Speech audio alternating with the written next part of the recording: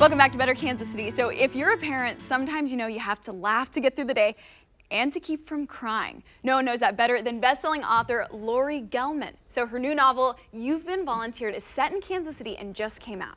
The New York Post calls it eagerly anticipated and a follow-up to her book, Class Mom. So first off, welcome, Laurie. We are so excited to be here. The New York Post, just a minute, People Magazine gave me an A. Well, let's go for the good stuff. Yeah, and people, we love People Magazine, and we always do a shout to that. So, maybe we'll mention that again on Friday. Okay, great. Yeah, so getting an A on the book, of course, we see it here. Yeah. Kind of take us into the world of Jen Dixon, because she is a hilarious character. She is. She's a class mom. In the first book, Class Mom, she comes back into the world of parenting after she'd had much younger in her life. She had two daughters, and now she's 48 years old, and she's got a 5-year-old son, and he's starting kindergarten. So she's back in the world of politics and parenting and all that. And she just wants to have everybody relax and take a breath before they get all competitive and crazy about their kids. Absolutely. And I hope my mom's watching, because I just want to give her that extra boost of gratitude for volunteering like so many times. But sometimes I imagine it can be a thankless job. Is that something you can relate to? It's always a thankless job. There's no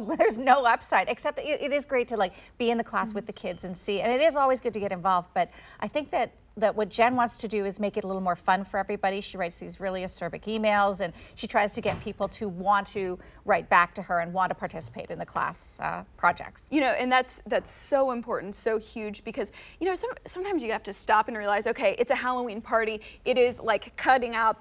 Right, it's not the Met Gala, everybody. It's just a Halloween sometimes party. People need to just relax a little bit. Yeah. And I think I'd read someplace that you considered yourself like XClass Mom status. So what was that? Oh no, I was class mom for 4 years in a row, and then the 5th year came around, and I said, oh, I'm not going to do it anymore. And they were like, no, please, we love you as class mom. Everybody loves your emails. I write the same sort of snarky emails, and I said, all right, I'll do it. And I wrote my first email as usual, and then one parent who'd never had me as class mom was like, I'm so offended by this woman. I can't believe this is how she talks to parents. And they went to the president of the PTA. It's like, have a sense of humor. They had me fired. I was Seriously? fired from being class mom, a job I didn't want in the first place. That's a volunteer job. It was crazy. And my jaw's just on the floor right now, like at a loss how you can get fired for writing an email to keep everyone informed. Yeah, exactly. Well, it was a little, you have to read the emails. You really need to read the book. So it's a little bit, edgy, snarky, but everybody else enjoyed them. This one mom didn't. So, but you know what? I wrote a book. Ha, ha, ha, ha.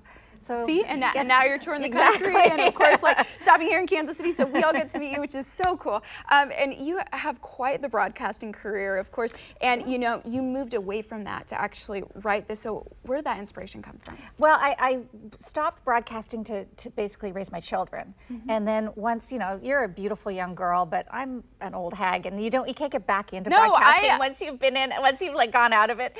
So I needed something to do. I was 52 years old, and I was like, oh my gosh, I need something to do. So I decided I would try to write a book, and it has been the best third act of my life, really. Well, that's such an inspirational story, and I was going to say, you really just bring such a light, and I imagine the book is just going to be absolutely amazing. And one last thing, you're from Canada, so why did you set this book in Kansas City? Why not Kansas City? I live in New York now with my husband and my daughters, and I'm so sick of books about New York or books about LA moms, New York moms, Upper East Side moms. And I mean, this is such a lovely town. It's such a great city full of, people with tons of spirit, and there's great barbecue, and there's great chocolate here. There's so much going on. And it's kind of close to the middle of the country, so I thought, something everybody can relate to. Well, I definitely cannot wait to read this, because I know that there's some references to the Metro and some different spots. Lots of references. It's like a love letter to Kansas City. Oh, well, thank you so much, Laurie, of course, for writing these books and stopping here at Better Kansas City so that we could chat with you. Thanks for having me. And of course, you can meet Laurie tonight at 7 at Rainy Day Books in Fairway. For ticket information, just call the number on your screen. Come on by.